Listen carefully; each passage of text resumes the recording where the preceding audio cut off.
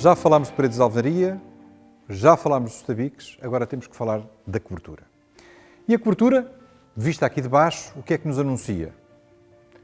Anuncia-nos um aparente estado de degradação, quase de ruína, e uma cobertura tradicional de estrutura de madeira com revestimento de telha cerâmica. Mas será assim?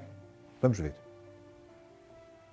Estamos na cobertura e aquilo que imaginávamos antes de subir era completamente diferente do que aquilo que encontramos.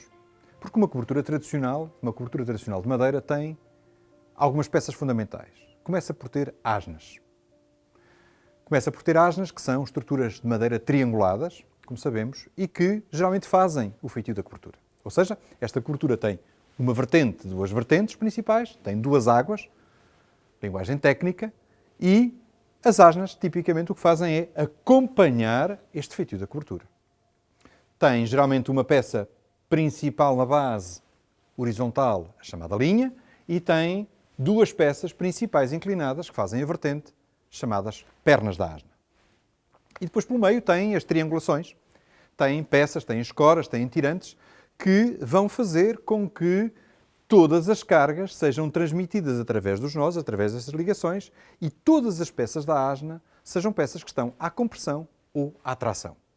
Esse é o funcionamento geral de uma cobertura destas. Essas asnas são geralmente localizadas de 5 em 5, de 4 em 4 metros, e são unidas por madres, e essas madres, que são horizontais, são peças de grande porte, distanciadas de 2 metros, 1,5 metro, 3 metros até. Em cima dessas madres nós temos as varas, e depois, em cima das varas, temos as ripas em sentido contrário. Essas, sim, mais finas, pequenas, afastadas de 30 centímetros aproximadamente. É uma solução particularmente inteligente destas estruturas tradicionais de cobertura em madeira. Porquê? Porque partimos de um enorme vão, vamos imaginar 15 metros por 15 metros, e eu quero cobri-lo com pequenas telhas que têm 30 por 40 centímetros. Como é que eu faço isso?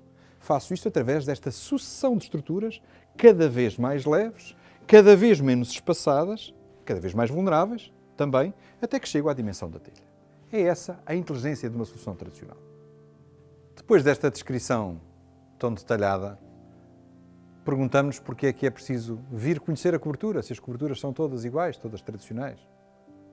É porque esta cobertura é completamente diferente da que acabámos de descrever.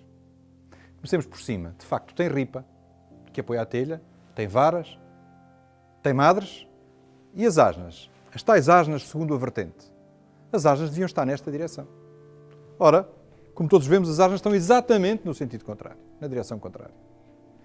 Ou seja, esta asna que vemos aqui não está no sentido da vertente, está no sentido perpendicular. Esta asna tem uma altura que não é a altura da comieira.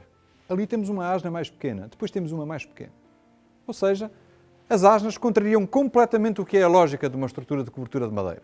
Estas asnas são paralelas ao beirado e não paralelas à vertente. Porquê é que isto acontece? Por ignorância? Por inteligência? Certamente por inteligência.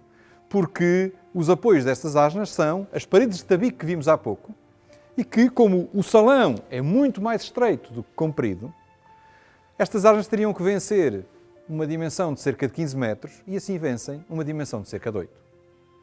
Claro que este sistema inteligente mas ingênuo, tem estas vantagens, mas tem outras dificuldades. A primeira dificuldade é que as madres que geralmente apoiam em cima dos nós das asnas não conseguem apoiar diretamente, aquela madre devia apoiar neste ponto, e portanto tem que ter uma escora intermédia. E além de apoiar neste ponto e ter uma escora intermédia, quando apoia sobre o pendural da asna, vai ter um problema de equilíbrio. Ou seja, numa ação de reabilitação, nós temos que compreender muito bem este funcionamento, valorizá-lo, mas temos que perceber também quais são as suas fragilidades e temos que corrigir essas fragilidades. Esse é um dos grandes desafios de intervir numa cobertura destas. As surpresas não param aqui.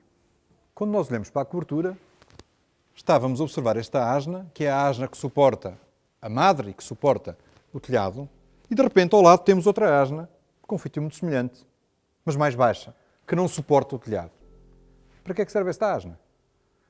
Terá havido aqui um telhado antigo? Terá havido aqui uma cobertura antiga, com outro formato? em que estas asnas suportavam o telhado e depois deixaram de ter essa função.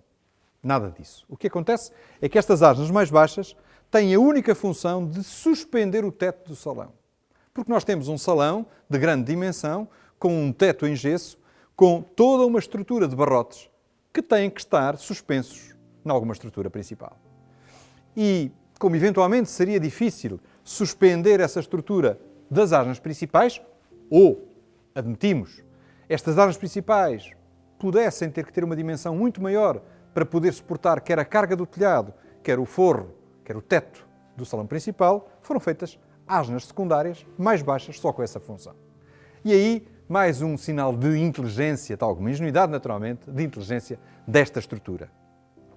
E estes fenómenos, estes pequenos detalhes, repetem-se a cada passo, numa cobertura que é uma cobertura tradicional, mas que tem tudo menos ser convencional.